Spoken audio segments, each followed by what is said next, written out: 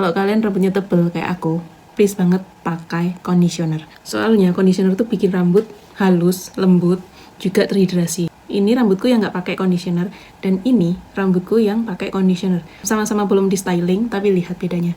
Ini lembut banget, nggak kasar, dia juga lemes. Dan conditioner yang lagi aku pakai sekarang tuh si MLT ini, dia di sini ada kandungan pantenolnya yang bikin rambutmu terhidrasi dan nggak kering. So kalau rambutmu kering, rambutmu tebel banget kayak aku, gampang rontok, gampang patah, please banget kamu harus cobain si MLT ini.